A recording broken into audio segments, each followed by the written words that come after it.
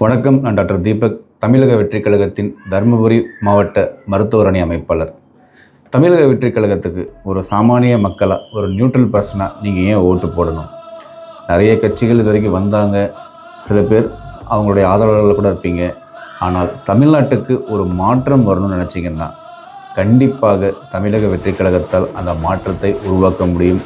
அதோட தலைவர் தளபதி விஜய் அவர்கள் அதுக்காக தான் அரசியலுக்கே வந்திருக்காரு. அவர் கண்டிப்பாக மக்களுக்கு நல்லது பண்ணுறதோட எண்ணத்தில் தான் இருக்கார். ஒரு மாற்றம் கண்டிப்பாக நிகழும். அவர் சொல்கிற மாதிரி இது தூய சக்தி வர்சஸ் தீய சக்தி.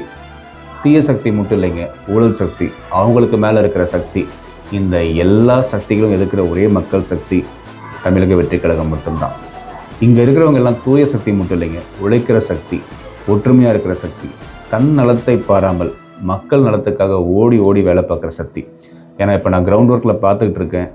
எல்லோரும் அவங்களோட சொந்த வெறுப்புகள், ஃபேமிலி கமிட்மெண்ட்ஸ், இது எல்லாத்தையும் தாண்டி மக்கள் நலம்தான் முக்கியம்.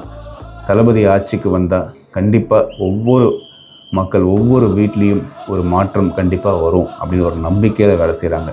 யோசிச்சு பாருங்கள், இப்பயே இப்படி இருந்தாங்கன்னா எம்எல்ஏ ஆனதுக்கப்புறம், அதாவது தமிழக வெற்றிக் கழகத்தின் வேட்பாளர் எம்எல்ஏ ஆனதுக்கப்புறம் அவர் மட்டும் இல்லைங்க, அவர் கீழே இருக்க நிர்வாகிகள், தொண்டர்கள் எல்லாருமே மக்களோட குரலுக்கு ஓடி ஓடி வந்து வேலை செய்வாங்க.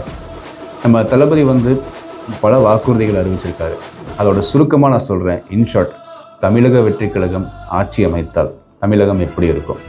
பெண்களுக்கு மதிப்பு மற்றும் பாதுகாப்பு, எல்லா குழந்தைகளுக்கும் கல்வி உறுதி செய்யப்படும், இளைஞர்களுக்கு வேலை வாய்ப்பு மற்றும் சுயதொழில் பயிற்சி, நம்மை வாழ வைக்கும் விவசாயிகளுக்கு ஆனந்தமான மற்றும் கௌரவமான வாழ்க்கை, மொத்தத்தில் சட்டம் ஒழுங்கு சீராக இயங்கும் ஊழலற்ற ஒரு மக்களாட்சி. அதே மாதிரி அனைத்து தரப்பு மக்களுக்கும் எல்லா அடிப்படை வசதிகளும் போய் சேருவது உறுதி செய்யப்படும்.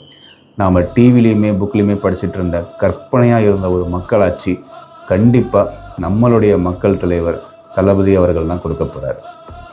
ஸோ ஏப்ரல் 23 எல்லாரும் வீட்டில் இருக்கிற ஒவ்வொரு விஷயம் உங்கள் பக்கத்தில் இருக்க பூத்துக்கு போயிட்டு விசில் சின்னத்துக்கு ஓட்டு போடுங்க.